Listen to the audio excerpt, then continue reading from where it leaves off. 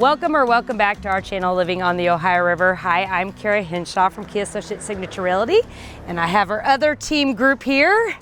Chuck Capshaw with CCRE. Yes, a great team in the Key Associates group. So we're going to do a updated cost of living on Evansville, Indiana. I did this about 2 years ago, and I think it's time for change because a lot has changed in 2 years, hasn't it? Oh my gosh, yes. We are living in a totally new economic time now. Yes, so we thought it was time for an update. But if you are new to our channel, make sure you tap that subscribe button, make the likes, make this algorithm go if you like us.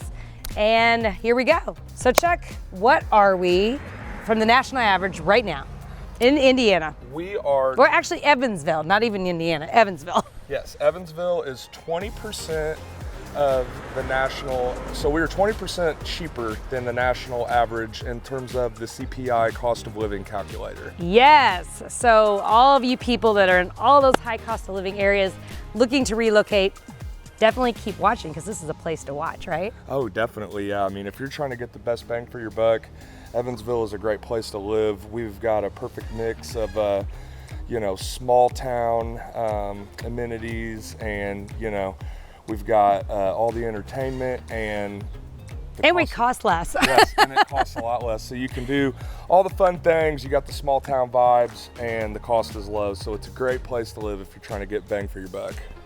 Okay, groceries that everybody really is worried about these days because it is a big portion of our cost of living, and it has gone up in the last few years. It's become a big issue with inflation. So we're gonna tell you a little bit about Evansville's. It's not too bad. I mean, it has gone up, don't get me wrong. Produce and all that's definitely probably gone up more than some things. Oh, for sure. But your milk and your eggs, I think milk, what was it?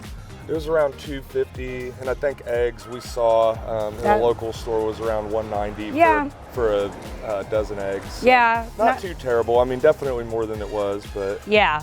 And if you're actually looking at like grapes and fruit and all that, I mean, you can get into 3 or 4 or even nothing on the shelf. It's definitely changed a little bit, but it's not crazy compared to some areas. I also think right now with, the inflation of everything, when there's seasonality and things are a little more scarce, then you'll see the prices be a little more volatile as well. That's very true. So when there's not as much going on, maybe seasonal stuff, you'll see things come down a little bit, like strawberries and all that when it's in season, but then it goes way up when we're off. So, but in general, it's not too bad living here. We still are a lot more affordable in groceries than some areas of the US. So with that in mind, let's kind of go to restaurants, because yes, restaurants have gone up just like everything. They had to pay more for their stuff.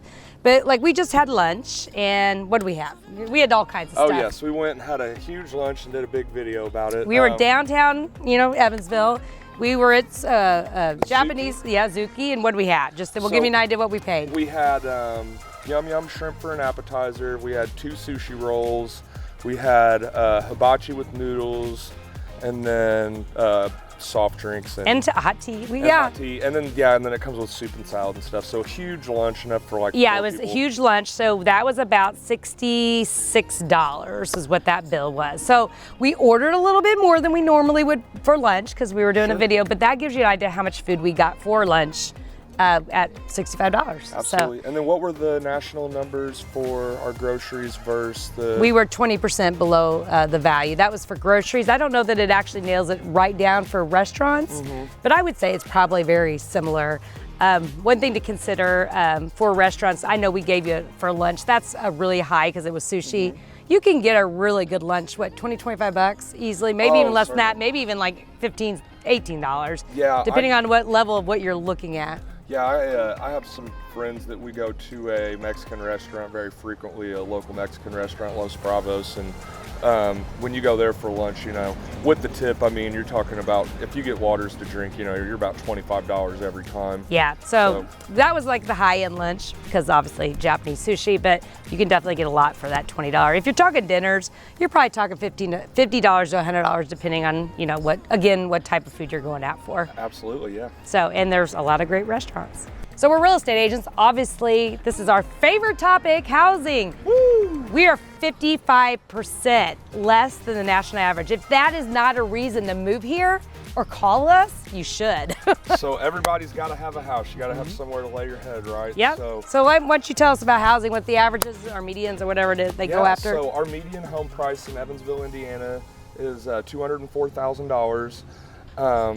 And so, you know, around here, a $204,000 house, that's going to get you, well over 1,500 square feet, I would say, just depending on the area. Should be updated nice, be in the area with the A+ school. So definitely a great place to buy a home, get some huge bang for your buck. And those are probably older homes, probably up into like the 2000s for the 200,000 average. Sure, If you get a new construction, it's gonna be a little bit more, obviously. Absolutely, yeah. I would say if you're $200,000 price range in a neighborhood, you're looking, 1985 to 2005. Just depending on the size of the home. So a great place to live, and obviously housing is probably the best value of all the things we're going to talk about today. So number one reason to look at moving here. Absolutely. So healthcare, everybody cares about as well, and I know it's all different by states and insurance and all that great stuff. But in regards to Indiana, we are 8% below the average of the nation, and we have a lot of great healthcare options here in Evansville. Yes, we have a Deaconess Hospital. We have actually a really large regional Deaconess Gateway Hospital at the edge of the east side in Newburgh. We also have St. Vincent's Ascension on the east side of Evansville. We actually had our child at St. Vincent's. And I had it at Deaconess, so both great. We got great hospitals, and my wife actually also works at Deaconess, so it's a great organization as well. Okay, utilities, we kind of suck. That's our weak spot. That's our weak spot. Oh, we are 9% above the average here. So one peculiar thing about Evansville is we only have one utility provider option. They got a strangle on our market. Yeah, it's a county regulated monopoly. So we only have the one option. So our utilities are 9% above the national average. But what do you think that like average utilities like overall? Like think 250 to 300, depending on the age of your home too. Yeah, right. Well, and I mean the other thing to take into account is utilities are generally like somewhere between 10 to 15% of your housing budget. Yeah. But if you're saving 45% on your housing budget, you're easily making that money back on utilities. Good point. He's so good. Good salesman here. And then telephone, I don't know, you think 150, this is probably more cell phones obviously anymore, but. Yeah, I think the average was 170 to 180. Yeah, so very, very affordable in terms of the cell phone options. Okay, our last thing is transportation, which we don't have a lot of options really in Evansville for transport. We drive cars and we got buses. Yeah, there's buses. Anything else?